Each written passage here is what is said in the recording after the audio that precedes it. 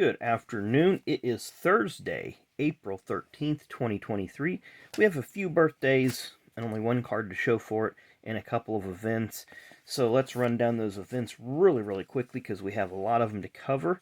1980 on this date, David Pearson wins at Darlington, driving for Hoss Ellington for his last career Cup Series win. On this date in 1985, Harry Gant drives in relief for Jack Ingram, who fell ill during the race at the Busch Series, then Late Model Sportsman Series race, now Xfinity, at Darlington. And they teamed to win, and it kind of inspired Gant to get back into running the Busch Series, because he really hadn't run much the last couple years at that point, but he kind of hopped back in it and had some success there. 1986, we have a couple events on this date. Dale Earnhardt just obliterates the field at Darlington, leading something like 340 of 367 laps. And it's a very enjoyable race to watch, despite the absolute whipping he put on the field that day. I highly recommend you go on YouTube and check that one out. It's a very good race. Also on this date in 1986, the Long Beach Grand Prix for the Kart PPG IndyCar Series, Michael Andretti wins his first career race. On this date in 1991, at Bristol in the Busch Series race, Bobby Labonte wins his first career race.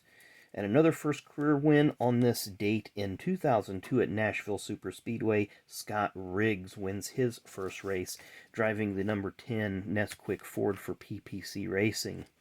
Well, we got two cardless birthdays and one with one card that I could find. I don't have the dates for the years for these two, but Dr. Joe Mattioli, of course, you know him of Pocono Raceway fame, helped, build the track, support it, bring NASCAR, IndyCar, other series there, the Tricky Triangle, very unique speedway. And Jessi Punch, daughter of Dr. Jerry Punch. Who is it that she works for now? Like Flow Racing or one of them outfits that does cover races. No, I'm sorry, NBC. It was the modified race that she was covering, so it's NBC Sports. I apologize. But she does have a podcast. Her and her dad did, Rolling with the Punches. I don't know if it's still up or not, but it's a pretty good episode, and she's pretty active on Twitter as well. And then our final driver, born on this date in 1931. Can't remember when he passed away. I think it was within the last few years. I'll have to double check.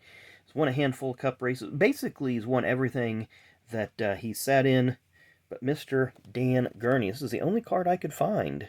But really, he's not in a lot of sets that I would have. So I was happy to find this one. I'm just leaving that up for you guys to read a little bit. But I think, without question, you can put Dan in that top 3 or 4 of all-time best race car drivers.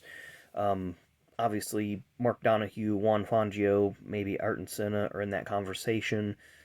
You can't pull a lot from the NASCAR world because they just didn't race as much diverse courses and types of cars as these guys did. But yeah, I think Dan Gurney is definitely in the top 3 or 4 all-time best auto racers ever. So, he's no lower than 5th. I don't know. It'd be hard to pick 4 better than him.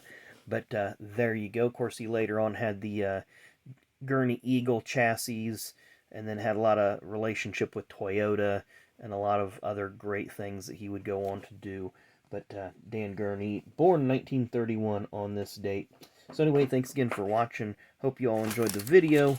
And as long as we don't go to any more flea markets, bookstores, or any other thing, we'll rip something tomorrow. So thanks again for watching, and we'll see you later.